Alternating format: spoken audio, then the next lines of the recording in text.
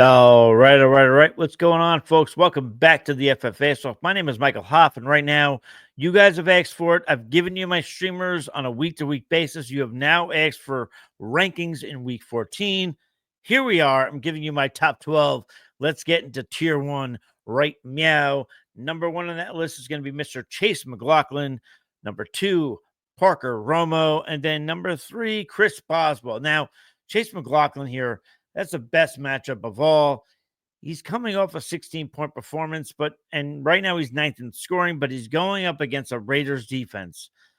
It almost makes it seem too easy. The Raiders are allowing the most points in the league, and they've allowed double-digit points to kickers in 4 straight weeks. That is hard to ignore, especially if we see any kind of limitations from Baker Mayfield. If that allows for more field goal kicks based upon what they're already giving us on a per-game basis, I absolutely love it.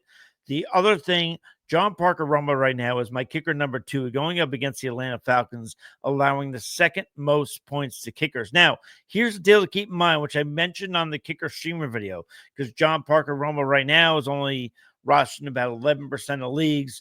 Keep in mind, the practice window has been open for Reichert. So if Reichert's able to come back, you might want to pivot to him quickly. Again, either way, I like the Vikings kicker, whomever it is. It could be you, me, or John Parker Romo or Will Reichert. I like them to finish 2 or 3, especially given the matchup. But just keep an eye on that. The Vikings wanted to see how the first few practice days went for Will Reichert before they automatically plugged him in. But John Parker Romo's done a good enough job where if they don't feel quite right about what's going on, they could just easily just play Parker Romo one more time. So feel free to fire whoever the Vikings kicker is into this matchup against the Atlanta Falcons. The last kicker I'm going to point out to you in tier one is going to be Mr. Chris Boswell of the Pittsburgh Steelers. This one is the most solid choice in this top 3, in my professional opinion. Boswell right now is leading kickers in fantasy. And over the last 3 weeks, the Steelers have been averaging 4.3 field goal attempts on a per game basis. 4.3 is a lot on a per game basis, but that's what the Steelers have been doing. Also, in the previous matchup against the Browns, he had 8 fantasy points.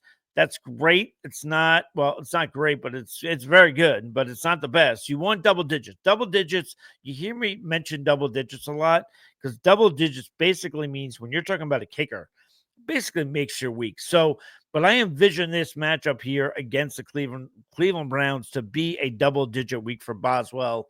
He's just too juicy for me to drop him outside my top 3.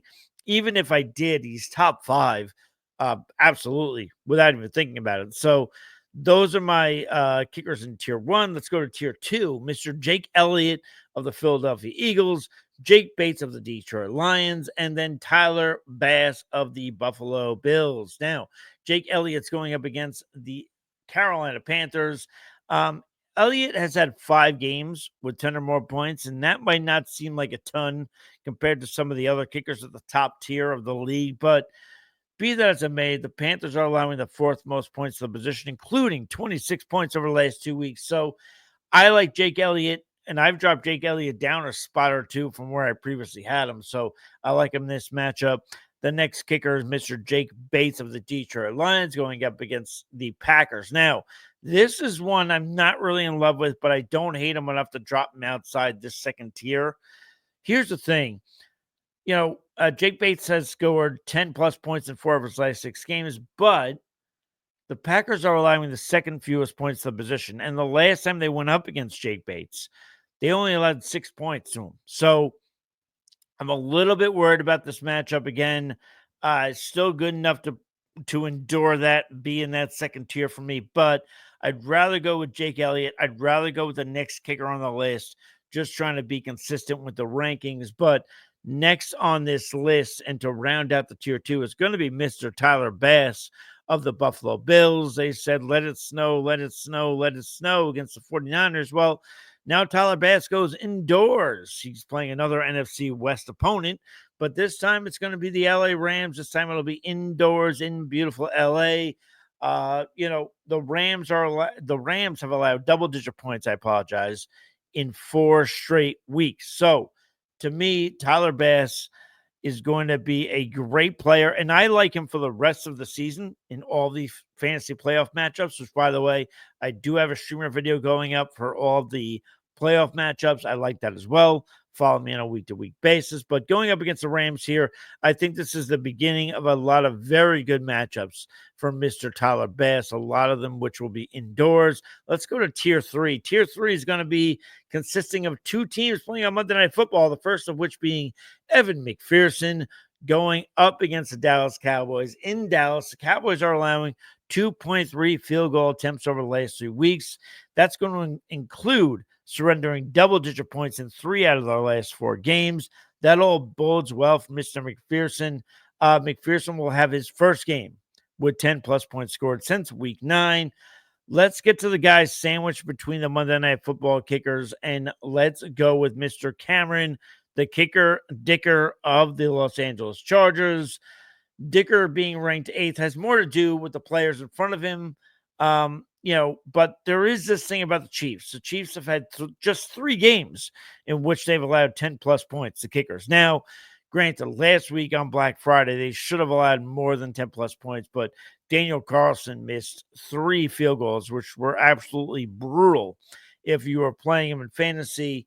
While I see, here's the thing. I think Dicker's going to produce. Dicker's not going to miss that many kicks. But I also think we're in a situation in which Dicker will not get as many chances to kick against the Chiefs. So that's why Dicker falls to 8 for me. If I'm going to go to number 9 here, round out my tier 3, it's going to be Mr. Brandon Aubrey of them. How about them Dallas Cowboys? Here's the alluring thing about Brandon Aubrey. Brandon Aubrey right now, the Bengals have allowed 28 points over the last 2 weeks, but Brandon Aubrey is one of 2 kickers with 10 or more field goals made from 50 yards or beyond. So if you're in one of those leagues, it's going to give you more points for hitting a larger field goal, hitting a field goal from farther away. Brandon Aubrey could be one of those guys, might not get as many field goal attempts, but when he does, they're probably going to be from farther distance. It's proven to be the case over the course of the season. So he could bode well there. He could produce a lot of fantasy points where some of these other kickers might not be able to, just coming at it from another angle. So that rounds out my tier 3. Let's go to tier 4 here on my kicker rankings for week 14. Jason Saunders of the Miami Dolphins. I'm going to go to Nick Folk of the Tennessee Titans. And last but not least, Matthew Wright or whoever will be kicking for the Chiefs. We'll get to that in a hot second. Jason Saunders here. Here's a clear thing. He's going up against the New York Jets. Much like every other offensive skill position, Jason Saunders benefits from when Tua Tagovailoa is in the huddle, from when he's playing. Right now, Sanders is averaging 2.38 more points on a per-game basis when Tua is in the huddle as opposed to when he's not. So that helps him right away. The Jets are allowing the 8th most points to kickers over the last 3 weeks. The Jets defense, we always hear this thing, or there's this mantra that they're a very tough defense. But over the course of the last few weeks, especially after Rob Sala's been gone, they've been surrendering more and more and more on the defensive side of the ball. That does not change with the kicker position. Again, 8th right now over the last 3 weeks in points allowed to kicking position. I will trust that. I will trust that Jason Sanders has done more points with Tua, so he is in my top 12. Then we're going to go to Mr. Nick Folk. Nick Folk is one of the surprises here. He is of the Tennessee Titans. This is the unsexy one, much like Joey Sly was an unsexy one for me last week, who still finished inside the top 12. There are more details on Nick Folk in my Kicker Streamers video, but not only do I like Nick Folk in this matchup going up against the Jaguars, who Jaguars are top 5 in points allowed in terms of kickers, I like him for the rest of the fantasy playoffs. There's a lot of juicy matchups. So to me, Nick Folk is yet another play here. The last play I'm going to get to, it's right now, as of now, it's going to be Mr. Matthew Wright of the Kansas City Chiefs. It could be Spencer Strader. It could be you. It could be me. Be that as it may, he is right now at 12 for me, going up against the Chargers right now. Listen, the Chargers had 5 field goal attempts last week. I don't think that they do 5 field goal attempts again. It's only been 2 times this year in which they've had 5 field goal attempts. And really, field goal attempts is you're getting more points there than an extra point in terms of fantasy. So while I don't think 5 field goal attempts happen, I do think 3 is in the realm of possibility. But I do think that the Chiefs get in the end zone more than they did on Black Friday against the Raiders. So if you're giving me at least, if you give me 3 field goal attempts, if you're giving me an extra point or two, that is going to be enough to put Matthew Wright or whoever is the kicker for the Kansas City Chiefs. Maybe it is Spencer Schrader. Much like the Vikings, this is something for you to keep your eye on. I like him to finish inside the top 12. So again, that's going to be my tiers 1, 2, 3, and 4. Hope you enjoyed my kicker rankings. I'll tell you guys, feel free to comment below with anything that you might have. Feel free to ask any questions beyond this week. But until next time, stay thirsty, be kind to one another. We'll catch you guys on the flip side. Cheers.